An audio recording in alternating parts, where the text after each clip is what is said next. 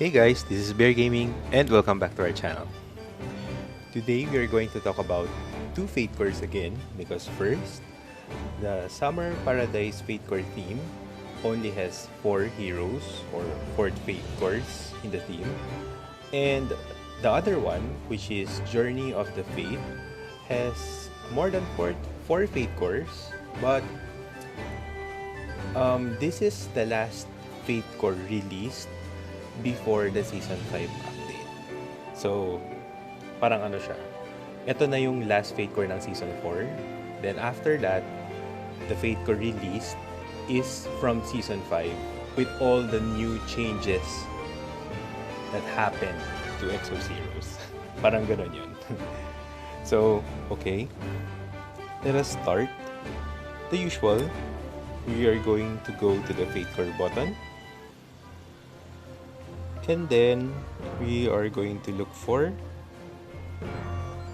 Summer Paradise. So, the Summer Paradise Fatecore theme was released last July 22, 2021. It only has 4 heroes or Fate cores here. And the world Fate core is Blue Moon of the Tropical Night, Luna. Her passive is Halo, grants heal over time to an ally that heals for 5% of target's maximum HP every turn for 5 turns upon receiving damage 1 time per round.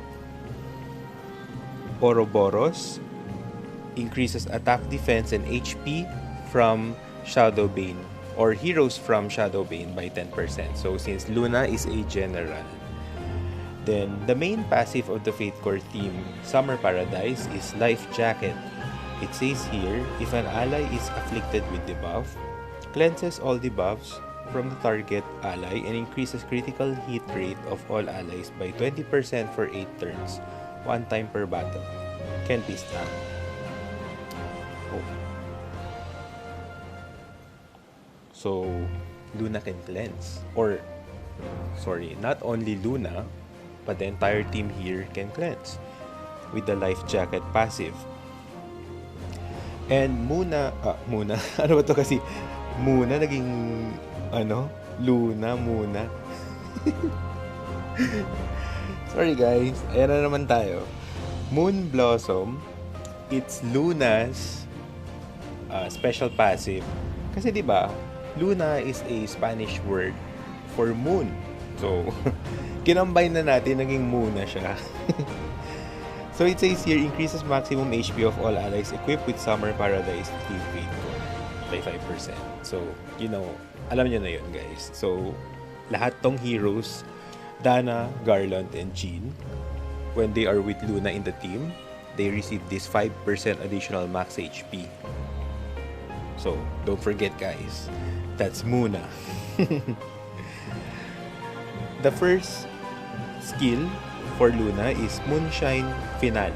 Heals all allies by 17% of own max HP or health and grants Resurrect to allies for 5 turns. So, this is one of the heroes or support type heroes na may Resurrect, and actually you can see her a lot in 7 Stunner because talagang effective yung resurrection. Okay, and the next one here is Wave Flap, her second skill. It says here, deals 127 damage to all enemies and 55% chance to afflict target with stun for 5 turns. So, ayun. Yan, sobrang yan. Although, for these two Fatecore themes here, hindi ko talaga ginagamit yung heroes. I already have Luna, pero hindi ko siya ginagamit. It's because, since, I don't know, for me personally, parang medyo na-focus talaga ako sa first 3 teams na papalakasin in order for you to participate yung 7 Stunner tag battle. Kasi if you noticed, the 7 Stunner changes every week. So for this week, it's just single team Tapos, ganun. Every other week, it changes. So, for this week, since it's the single team entry, next week, it's the tag battle, wherein you need to participate, or you need 3 teams to participate. So, kaya ganun. Medyo na-focus ako dun. And since I already have my 3 main teams, so, minsan, I'm thinking na gusto ko mag-explore and try other heroes para maiba, especially like Luna, since medyo ano talaga siya, meta, I guess. Kasi when you do 7-stunner battles, lagi nyo siyang nakikita eh. Dahil dyan sa resurrection niya. And ayun, she can cleanse also. The blue Fatecore here in the Summer Paradise team is Shining Summer Dana. Oh, hello to our first viewer. Good afternoon. And welcome to our channel again. And I'm discussing the Summer Paradise Fatecore team and also Journey of the Fate. So this is Dana. And she is a blue Fatecore. And it says here, grants buff to heroes from Vedas. So that's her nation. And the usual combat power, attack, HP, defense. And meron siyang equivalent percentages na mag-i-increase to the heroes under Vedas Nation. And if you're going to fusion Dana's Blue Fatecore to 5, lalong i-increase tong percentage. Her passive is Concentrated Fire, increases own hit by 20%. And she also has the Life Jacket passive. Her first skill is Galaxy Destruction, deals 63% damage to all enemies and 45% chance to afflict target with Nullify buff for 4 turns. Her second skill is Special Cleaning, deals 262% damage to one enemy and 70% chance to decrease dodge of target by 40% for 8 turns. Ayun, para siyang debuff. Ayun, it says there. So there are 2 black Fatecores here. One is Shadow of the Blue Waves Garland. His passive is Deceit, increases attack by 5% upon receiving damage, stacks up to 5 times. And the Life Jacket passive. Then next, the first skill is Shadow Breakwater Bomb, deals 51% piercing damage to all enemies. Then the second skill is Tidal Server, deals 127% lifesteal damage to all enemies and heals for 100% of the damage dealt. So I think it's good to equip Garland with red blood set or lifesteal set for this to work better. Kasi it says here 120% lifesteal damage and then heals 100% of the damage dealt. So I think this only applies to him and not to the entire team. And the last one here is Gaze of the White Gull, Jin.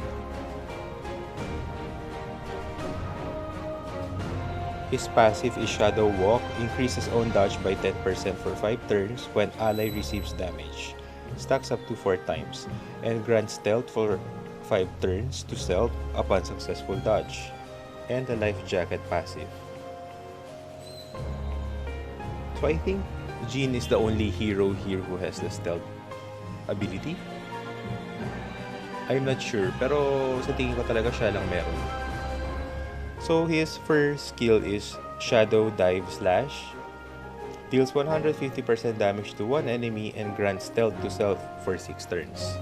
So with skill 1, after executing it, nagiging in stealth mode si Jin. Then his second skill is Water Technique, Echoing Bombardment, deals 187% damage to one enemy and deals 150% extra piercing damage if stealth. So the best thing or the best way to use Jin is to first use the S1, skill 1, para maging in stealth mode siya after attacking, and then use the second skill or S2 para mag-activate to 150% extra piercing damage. Simple as that. Actually, hindi naman talaga super complicated yung passive to understand. Pero, I have to consider yung mga newbies kasi... Pero still, it depends. Kasi for those newbies who are really exposed to gacha games and to those games na parang ganitong style ng Exos Heroes, so I think mas madali maintindihan nila. Unlike for me, I think this is my first ba? I guess not. I think this is my second game. Pero iba kasi yung mechanics from King's Raid. Kasi King's Raid is actually my very first mobile gacha game. I played it since 2015 or 16 and until now I'm still playing it. So medyo end gamer na tayo. And when it comes to the skills, ayun rin, my first skill, second skill. Actually, my third skill pa doon. And the passive, parang ganito rin. You try to make use of the passive when it comes to gears. Although, yung gears doon, may set gears din. Pero hindi katulad kasi dito. Iba siya. Pero yun nga, still, the point is, it's easy to understand. So, let's go to the skill animation. So, you can see, this is Yuna. Yuna, ano ba to? Kanina Muna, ngayon Yuna naman. This is Luna. In that case, her let's just appearance wrap up effect early and get some rest. Illustration, and then our favorite skill preview. This is the normal attack. So if you remember her fated version, the effects are gold, pero since this is summer theme, The show will begin. meron mga water effects or blue effects. It's showtime. Actually, ibang-iba siya. That's the shield. And the second skill. I already expected it. That this vacation isn't an actual vacation. I think this is one of the longest skill animations here sa game. Medyo matagal siya. And the hero story we're in, you can read some of the hero's information and the backstory or a little story about the hero. So let's move on to Dana. So she's a witch. Appearance effect.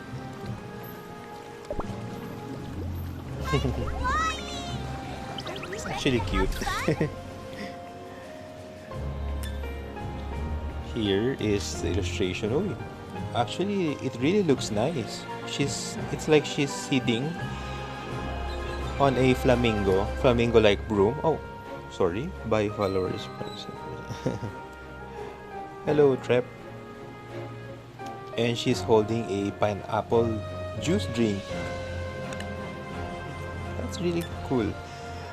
So we are going to the skill animation. Let's go normal attack. Well, actually, it really looks good. And I haven't acquired this Fatecore yet. So ayun. Actually, na-frustrated ako kasi although yun nga, most of the players here love to collect the hero kasi, or the Fatecores kasi they are actually quite unique. So, I'm one of them. It's not necessarily that I'm going to use the hero whenever I get it, pero it's more of the collection purposes kasi it's really nice. And the hero story. So, you can see here, the image of Dana is gray, so that means I don't have her yet. Kaya, kasi I really like her skill animations. Kasi whenever, di ba, lately, whenever a new Fatecore is released, there is a, during Thursday, the day that they are going to be released in the game, di ba, meron silang parang showcase at the beginning when you log into the game. So I was really amazed because I personally love skill animations that are really sparkly, full of magic, something like that. So I was really trying to get her that time, but sadly, I wasn't able to. So this is Carlan. He's wearing a very skimpy swimming I trunk. hope this mission doesn't end. Actually, I really like his skill animation also, because not only he's an ice element hero, but for this particular Fate Core, you can see here, the effects are parang watery na may pagka-ice. So it's really nice. That's it for my short holiday. I'm Naka-shades pa siya. sorry, but disappear. Oh, there's a rain effect. And this is the second skill. This is the perfect place to meet your end.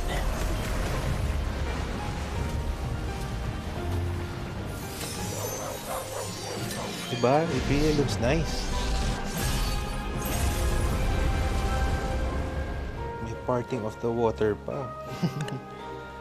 And the hero story.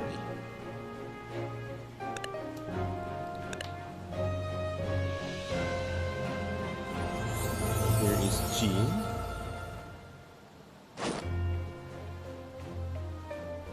So with his costume or Fate Core, he's wearing a swimming trunks.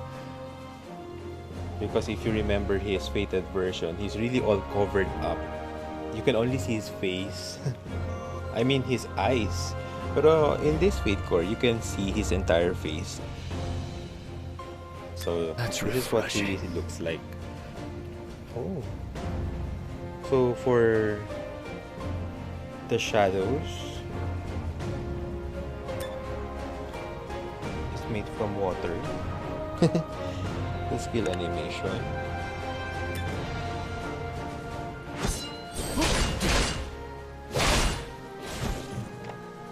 That's a normal attack, and we're going to the first skill. That's the first skill, and then the Time to second. return to my work. Oh.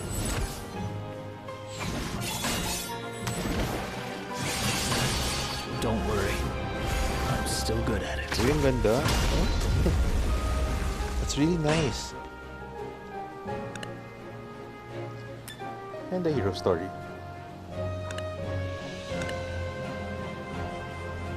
So that's it for the Summer Paradise Fatecore theme. You only have 4 Fate Cores or 4 heroes here. Now let's go to the Journey of the Fate. Journey of the Fate was released September 16, 2021. And this is the last Fatecore theme released before the Season 5 update. So they are actually a bit plenty. And there are 2 gold Fatecores here. And one of them is Young Empress of Brune Carey.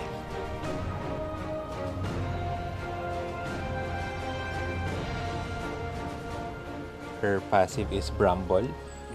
Grants immortality to self for 4 turns upon receiving damage beyond own current health 1 time per 4 rounds. And cleanses 1 buff from self when granting immortality to self. Oh, that's pretty useful. Another one here is Centurion, since she is a general of the Saint West nation. So you can see here she increases attack, defense, and HP of the heroes by 10% under Saint West. So the main passive of the Journey of the Fate or Twisted Fate Fatecore theme is separate goals. It says here if there are 3 or more living enemies, increases own attack, defense, and maximum HP by 10% at the start of round. After the first round, stacks up to 2 times. Tama ba pagkaintindi ko?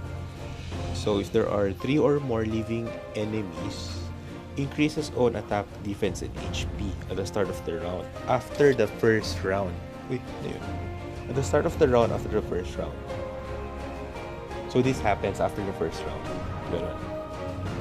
And her main passive, which carries, is Break Up. Increases effect hit of allies equipped with Twisted Fate Theme Fatecore by 10%. So for these heroes here, under her, Jandong, Grisel, Mahar, Valar, Zarian, and Nero. So if you put them in the team with carry, their effect hit will increase by 10%. So the first skill here is Rapacious Flower. Deals 63% damage to all enemies and afflicts target with 33% decreased health regeneration. Stacks up to 3 times. So meron siyang parang anti-heal. And her second skill is Mystic Rose. Deals 375% damage to one enemy and 80% chance to afflict target with Nullify Heal for 9 turns. And destroys one random Guardian Stone if target is afflicted with decreased health regen effect. So meron siyang Nullify Heal. Wala siya, debuffer. And the second Gold Fatecore hero here is Successor Jandong.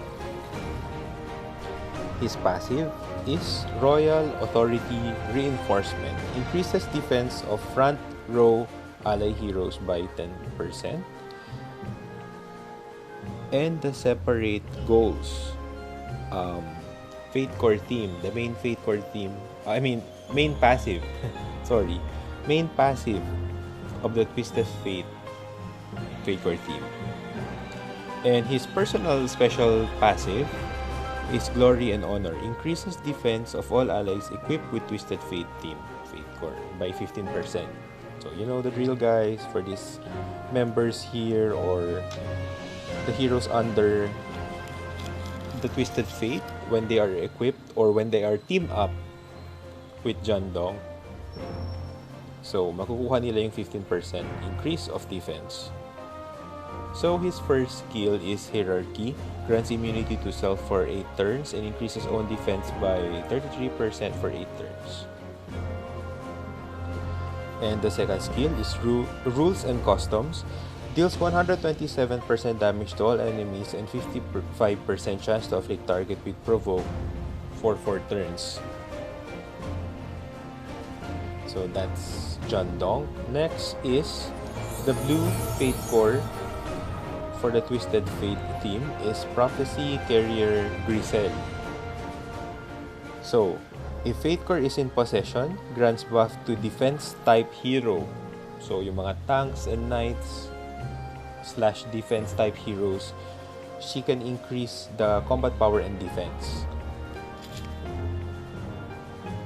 So the passive here is Chieftain Bloodline, grants 30% reflect damage to self for 10 turns when own health is at 50% or less at the start of the round. And she also has the Separate Goals passive. The first skill is Master of Fate. Increases defense of all back row allies by 7% for 6 turns and also increases the effect resist of all back row allies by 13% for 6 turns.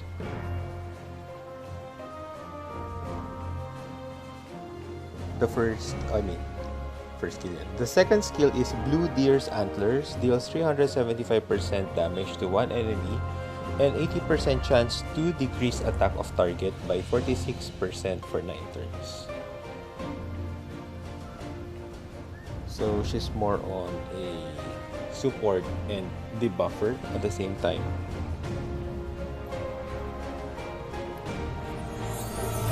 We have 4 black Fatecores here in the theme, the Journey of the Fate or Twist of the Fate. And the first one here is Displaced Wolf Mahar. His passive is Blade of Vengeance, deals damage received on self by 10%. Decreases damage received by self for 10%. And the Separate Goals passive. His first skill is Soaring Life Slayer, deals 51% damage to all enemies and 40% chance to afflict target with Provoke for 1 turn. The second skill here is double flacer. Is this flacer or flasser?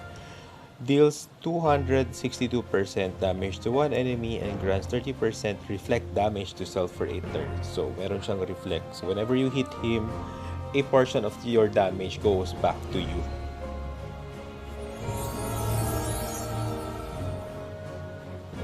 Next one here is Black Wolf Valar. His passive is Bloody Wolf, increases attack by 10% when an enemy dies, stacks up to 3 times, and the separate goals passive. Then, we have here the first skill. It says Bloody Evil Slasher, deals 105% damage to all back row enemies and 50% chance to decrease attack speed of target by 15 for 8 turns. And his second skill is Execution Day, deals 375% damage to one enemy and grants immunity to all allies for 6 turns upon defeating an enemy. This is nice. Immunity. Napaka-importante pa naman ang immunity. That means you won't be able to damage your enemies won't be able to damage you. Next one here is Bullet of Protection Zarian. Her passive is increases hit of all allies by 15%, and she also has the separate goals main passive. Her first skill is Target Concentration, increases attack speed of all allies by 13 for 7 turns, and also increases attack of all allies by 11 for 7 turns.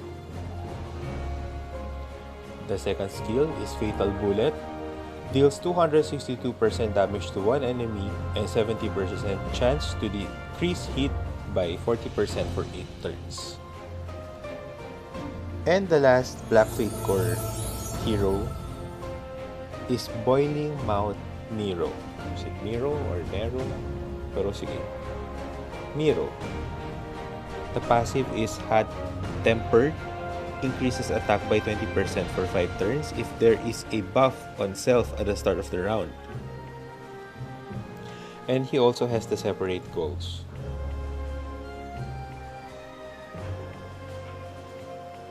Then, the first skill is what you're looking at. Deals 60% damage to all back row enemies and 40% chance to decrease defense of target by 6% for 6 turns. And the second skill is Out of My Way. Deals 262% damage to one enemy and grants immunity to self for 8 turns. Oh, tagal nun 8 turns. So let's go to the exciting part. This is Carrie. Her appearance effect. I'm going to make Diba? Brune even greater. More Wow, than that really anyone. looks nice. Ooh. Illustration. Now let's go to the skill preview. This is the normal attack. What do you First think skill. is needed to reach your goals? The answer Ganda, no? is She's holding a gold rose. And look what happened. Naging monster yung rose.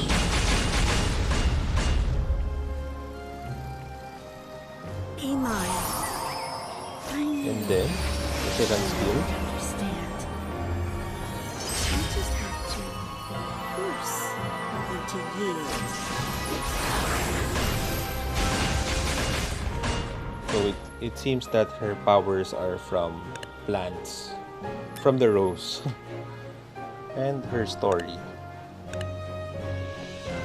And the second one here is John Dong. So he's a little prince. Appearance Only the effect. weak judges a foe by their age. Ayun, nasa meadows rin siya. Just like Carrie. And the skill preview. Let's look at it. Oh, meron soldier. It just appeared from nowhere. Oh. Diba? The soldier is the one attacking for him. Next is the first skill. Hierarchy. Soldiers, follow my lead! I think it also has the skill effects. I mean the skill effects. The effects, animation effects of Carry. You Mga must learn petals, how to watch ganun. over the Oh, entire battlefield. that's Valar, right?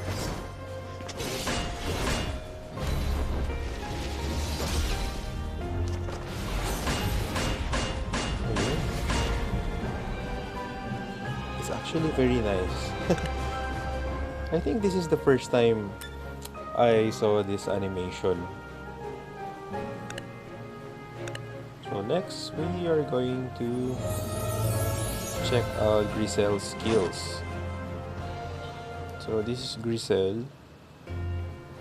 When she was released, at first, I thought parang kasama niya si Natalia, yung mga Mayan goddess or priestess, pero no. Oops. So, okay. I keep on tapping the illustration effect. If Yun, life is a fading event, appearance. prophecies are the guiding stars. Ayun. So, I won't be pressing the illustration anymore because I did it twice. Here's the skill preview. That's the normal attack. So, she's holding a spear. Oh, great mother, Ano yun? the power to First explore skill is fate! like... That's the buffs.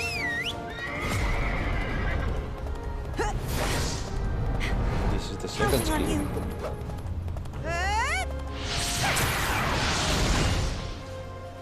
Oh. And the hero story. Let's go to the next. Mahar.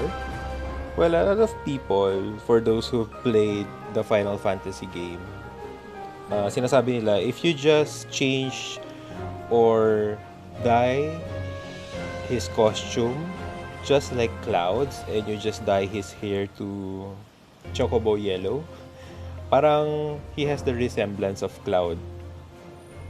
Somewhat naman. So the One appearance step effect. closer.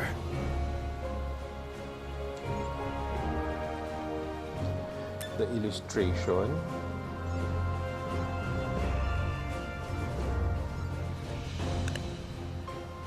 Skill preview. The first attack. First attack. Here I go again. Being confused. I guess that's the effect of streaming after work, because before streaming, I work from 7 a.m. to around 4. So, alam nyo yun, your mind is somewhat tired, but since I really want to stream, because honestly, streaming this game is helping me relax. So, yun talaga, ginagawa ko siya even after work. Pero kaso lang, minsan, parang alam niyo yun, na may mental block. I guess it's normal. Repent for your sins at their sides. I don't know about you, pero if you watch my other videos, you can see me, it's either stuttering or sometimes saying stuff. Pero I guess yan na yung uniqueness ng Bear Gaming channel. And it's all raw, so Allowed to touch that. I have no plans to edit or remove that kasi that makes me me. Yun na lang, ganun na lang, yun na lang yung palusot ko. And also guys, speaking of the channel, if you'd notice, I'm starting to change the thumbnail of my videos because I was able to find an app yesterday that is very useful. And I tried editing or creating thumbnails for each of my videos. Particularly, I'm starting doing Exos Heroes videos first because it's kind of important to me. So next is Valar. And here is appearance effect. You only know how to take away. Now So I yun, I shall was take able away to from you. create some.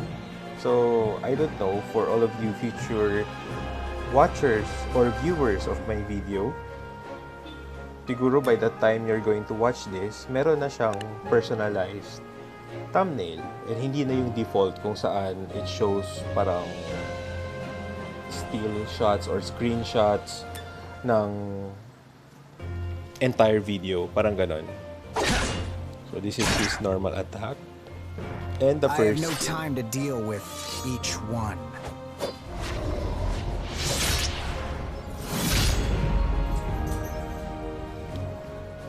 second skill.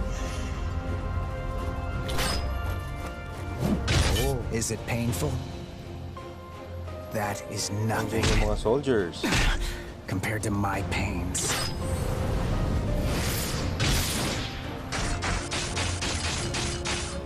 Actually, their younger version, this version really looks nice compared to their original version.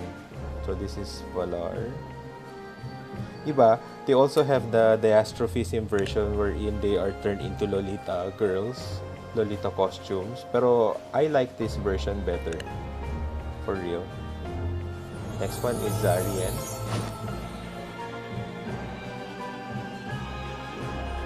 This is she. Meron siyang machine gun, Gatling gun. That looks I'm on really duty. heavy. Please state your business. Illustration. And then let's go to the skill preview.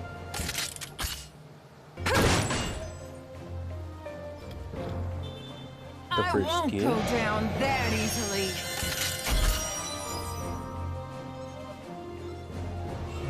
And the second skill. Suppressing threat. Reload. Fire. If you happen to hear some beeping sounds while I'm tapping the skills, so this is the hero story.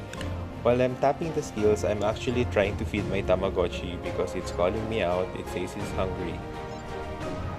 So, for you guys there who love to play Tamagotchi, we can be friends. We actually have this group, a Filipino group for Tamagotchi players or Tamagotchi owners. So, meron pa pala. It still exists. Kasi actually, paano ba to? Just a side story. Oh, wait, let's go to Nero first. So, this is he. He looks like a cute mouse. And also a knight. Didn't expect This is that, his did appearance ya? effect. An illustration. So, my first Tamagotchi was in 1996. And then, I love playing with it. Tapos, my brother actually bought it for me. Okay. All sorts of Tapos ano siya, parang syempre, kapag nagawa mo na yung kasi before the Tamagotchi was just simple. It was pixelated, it was really tiny. And then, ano siya, parang tawag dito, yun lang, the game is simple. You take care of the Tamagotchi and you only have one Tama pet per device. So, if your pet has reached a certain age wherein they are going to die, kasi yun talaga yung parang cycle ng Tamagotchi. You take care of it as a baby, toddler, going teenager, then adulthood, and then it dies. Yun talaga. Hindi mo, there's nothing you can do because eventually it will really die. So, fast forward, Bandai has developed or created colored version ones. So, for every device, hindi na, it doesn't have only one Tama pet, but it has multiple pets, and it depends on how you raise it. So, it's either you raise it good or if you ignore it. Actually, hindi ko masasabi na there's a good way to raise it or a bad way because even if you're raising it badly, there will be an outcome because you're trying to get or to collect all the adult heroes in the device. So, I was able to have one of the first few versions of the colored one. It's called the Tamagotchi IDL. So, ID is like identification, just like the regular ID acronym. And L stands for love. Kasi you're giving love to your Tamagotchi pets. So, actually, those days, early 2000, they created color version once and you need to use batteries, AAA batteries. Pero medyo, ano siya, madaling maubos yung battery. Oh wait, before that. So that's the end, or that's it for the Summer Paradise and Journey of the Fatecore Themes. And tomorrow, we are going to discuss about the Untouchable, because this is the first Fatecore theme released after the Season 5 update. And yan. And actually, we can still discuss 2 Fatecores at a time, because for each Fatecore here, starting from Untouchable, I think there are only 3 to 4 heroes per team. So I think we are going, or soon enough, we are going to finish all the main Fatecore themes, because for here, if you can see this event, supporters and unique event, this is where you can see all the orange Fatecores.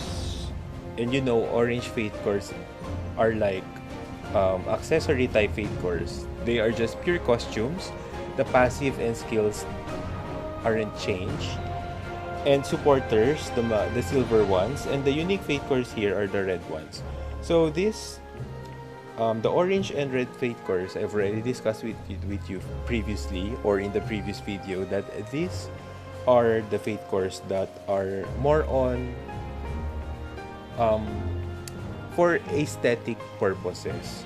It's just the design. Parang maganda siya tignan, ganon. Pero when it comes to the passive and skills, it's still the same.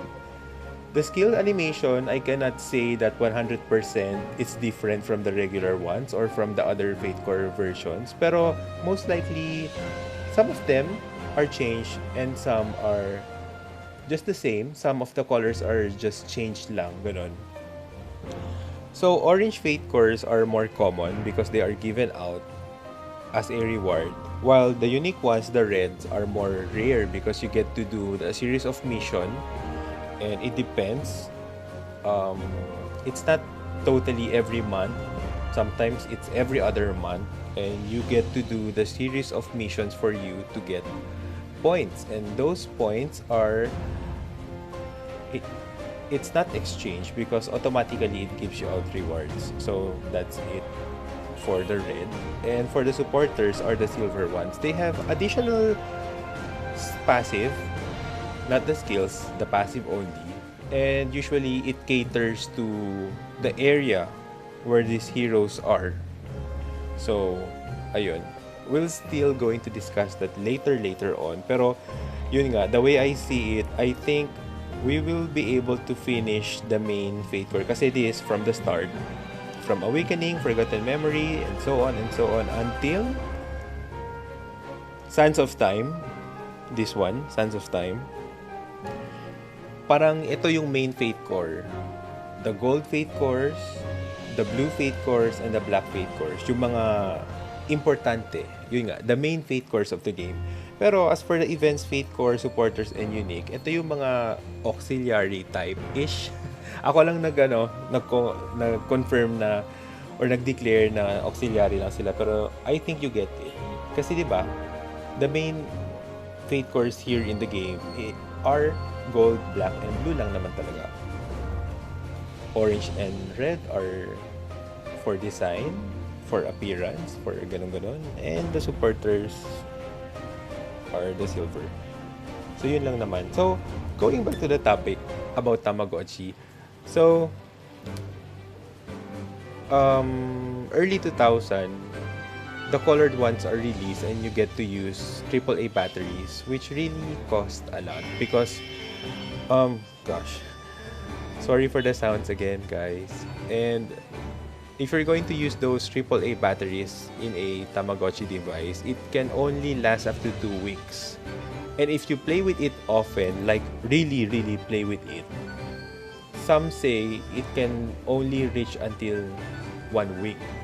So, diba, how much does a AAA battery cost? And you need 2 batteries for each device. Ganon yun. Pero still, it's fun. Actually, I still want to play with my old one, the IDL, but I really need to look for a good rechargeable battery. so that I don't have to buy, or I don't have to keep on buying batteries over and over again kasi it's costly.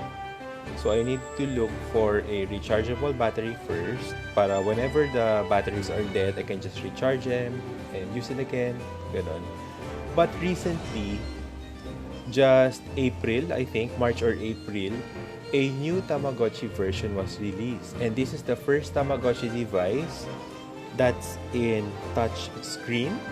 Yes, touch screen. And it's rechargeable. So you don't have to use any battery. I just wish I can show it to you. Pero for those who are interested, you can just Google it. Just search for Tamagotchi Smart. And you can see that that is the first Tamagotchi model that's in touchscreen, and it also is rechargeable using the USB battery, the one we are using for our Bluetooth speaker or some of the older phone models, ganon.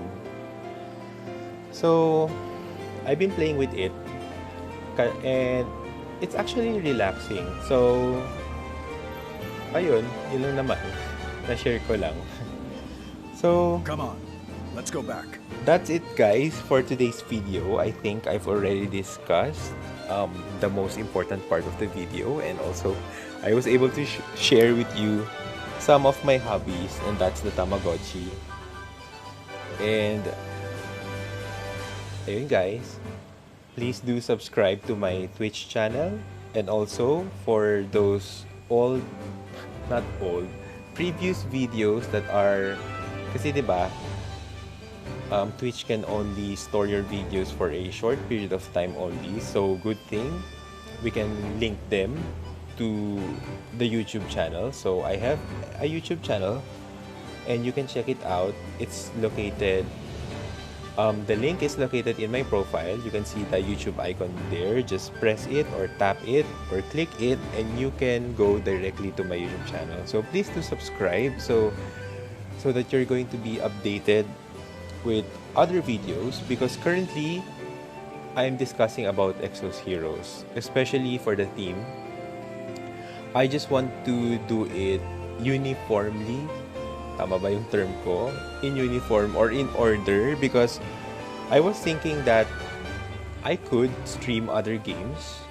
Kaso lang, what will happen is the series of videos released are all about Fatecores, and then you can see in between of them there are other games. Parang hindi ko masyado gusto yun.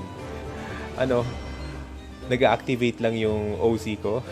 Pero yun nga, I want to discuss all Fatecore themes first, and when there are new Fatecores release, so that's the time okay lang siya kahit in between there are other games. Pero it's not just Exos Heroes that you're going to watch in my channel, pero you can see a lot of games. Pero for now, it's just Exos Heroes. So, ayun. So, that's it. Have a great evening and also have a good night and take care, guys.